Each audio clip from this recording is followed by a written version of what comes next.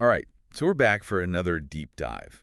And today we're tackling something that I think we can all relate to, at least on some level. Oh, for sure. It's baby talk. You know, that Mhm. sing-songy voice we all tend to use when we're around those little humans. But here's the thing. Our source material this time around is an actual English learning podcast. Oh, wow. It's kind of cool, right? We get this glimpse into how we teach language, while at the same time, we learn some things ourselves. Yeah, that's really interesting. It is fascinating to see how even those simplified words and sounds Mm-hmm. really play a role in shaping a child's understanding of language. Right. And, okay, full disclosure. I have to admit, I may or may not have slipped a baby talk word or two into conversations that weren't exactly directed at babies. I think we're all guilty of that. But hey, they're just so darn cute. Who can resist? Right. But it does kind of make you wonder, why do we do this? Yeah. Why this whole other language? Yeah, that's a question that's really intrigued linguists and developmental psychologists for, well, a long time. Oh, I bet. And as we kind of go through all of this vocabulary, Yeah, keep that question in the back of your mind. We might just uncover some answers along the way. love it. Okay, let's jump right into this vocabulary lesson. Right off the bat, we have the classic whittle. Mm. Instead of little, of course.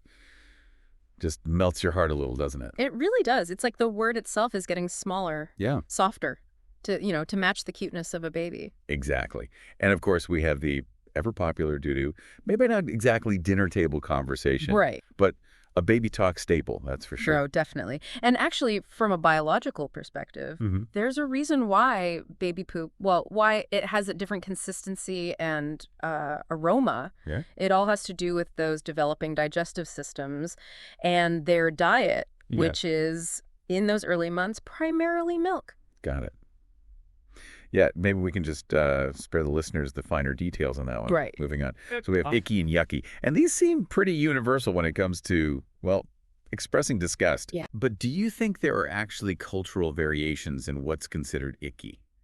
Even for babies? That's a really interesting question, and I'm inclined to say yes. Yeah. What might be considered yucky in one culture could be totally normal. Right. Or even, encouraged in another. Wow. Like, think about food preferences for a second. Even babies, they're exposed to all these different tastes and textures basically right from the start, Hmm. and those experiences really shape their sensory perceptions. Totally. Okay, let's get cozy and talk about jammies.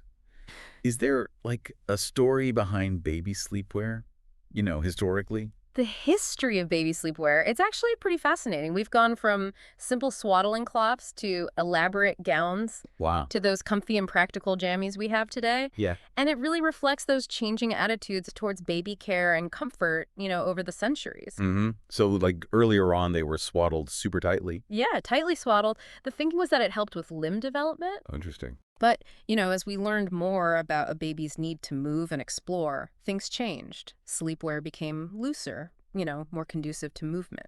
Makes sense. All right, time to tackle a rather delicate subject. We have tinkle and wee wee. And those are just, two of the many euphemisms we use for peeing. Yeah. It's almost like we're trying to turn potty training into a poetic experience. I think it shows our, desire to soften the blow of bodily functions, both for ourselves and for our kids. Yeah.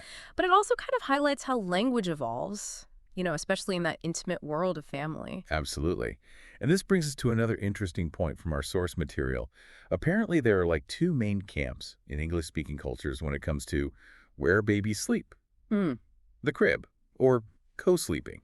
I gotta say, I was a little surprised to learn that. Yeah, it's a topic that comes up a lot. And there's valid arguments on both sides, to be honest. Yeah. Some people really believe in that independence that crib sleeping fosters. Mhm. Others, they emphasize the bonding and the ease of breastfeeding, that comes with co-sleeping. Yeah, makes sense.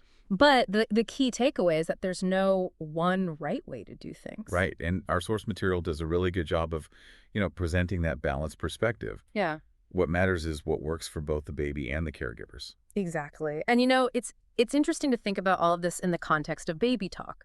Whether a baby sleeps in a crib or shares a bed with their parents, Mhm. that use of baby talk, it creates this unique channel of communication. Yeah. It's a way of strengthening that caregiver-baby bond, Awesome. regardless of the specific parenting choices. Makes total sense. Hmm. Okay, back to our vocabulary exploration. We've got Binky for pacifier and boo-boo for a little injury. Hmm. Perfect examples of like tailoring our language for those little ears. And these words, these seemingly simple words, they're actually really significant. Oh, Yeah, because this is a stage where babies are like absorbing everything. And their brains are totally primed for language development. Now, binky and boo-boo, they might not be real words in the formal sense, right. but they're introducing these key concepts and these sound patterns that lay the foundation for more complex language later on. It's like they're getting a head start on decoding the world, huh?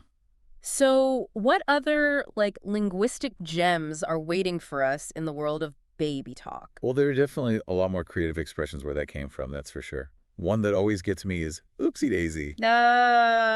It's just so lighthearted, you know? Yeah, it is. It's like you can't help but laugh a little. Exactly. And it makes me think, is humor like a universal part of baby talk?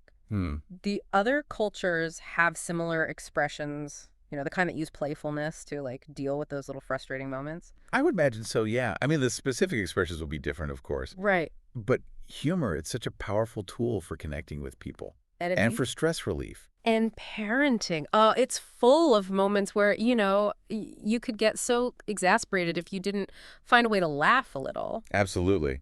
Speaking of cross-cultural comparisons, our English learning podcast source, they pointed out a few standard English words that sometimes end up in baby talk, like soother and potty. Interesting. Yeah.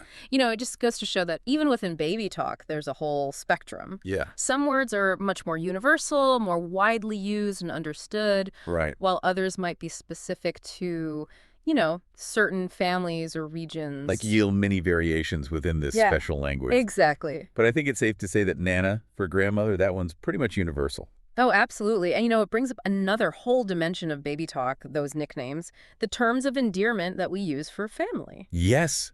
Papa, Mimi. It's Exactly. like every family makes their own little world Mhm. of affectionate nicknames. Yes. And they're so meaningful, those nicknames. Yes. They are. They really represent the unique bonds in a family, seen through the eyes of a child. hmm So we've looked at the vocabulary and some cultural differences and even like the emotional weight of baby talk. Yeah, Clearly, there's a lot more to it than, meets the eye. definitely. But for our listener, what's the takeaway? Why should they care about this seemingly, well, kind of silly way of talking? Well, for one, it shows just how adaptable language really is.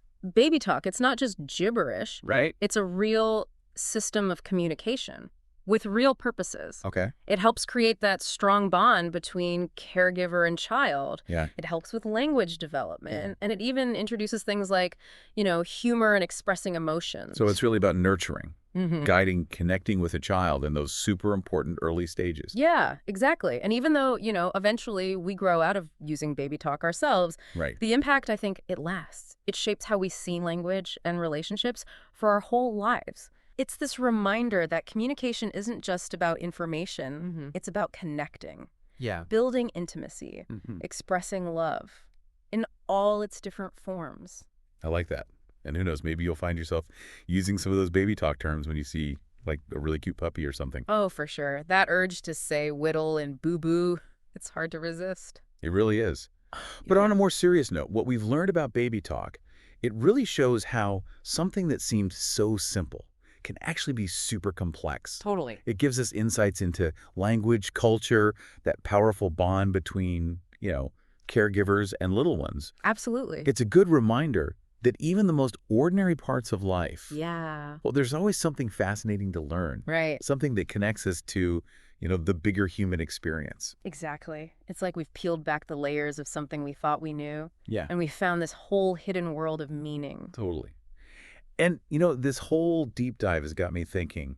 Our source material focused on English baby talk, but I bet every language has its own version. Oh, I'm sure of it. Makes you wonder, doesn't it? What kind of baby talk treasures are hidden in your language? Right. It really drives home the point that even though the words might be totally different, Yeah. that underlying purpose of baby talk, it kind of transcends all those cultural boundaries. It's a universal language almost. Yeah, exactly. The language of love and care spoken in, countless dialects? All across the globe. Yeah. Wow, we started this deep dive talking about whittle babies and achy diapers. And end up thinking about, well, the entire phenomenon of baby talk. It's amazing. It really is. It shows how these, deep It can dives, take us to some unexpected places. for sure. And that's Yeah. what's so cool about it, isn't it? Yeah. It reminds us that in the most ordinary parts of life, Mm-hmm. there's always something kind of extraordinary waiting to be discovered. Right. Something that connects us to this bigger human story. Exactly. So, listener, we'll leave you with a question to ponder. What are the baby talk treasures hidden in your native language? Tell us about what you find. And until next time, happy exploring.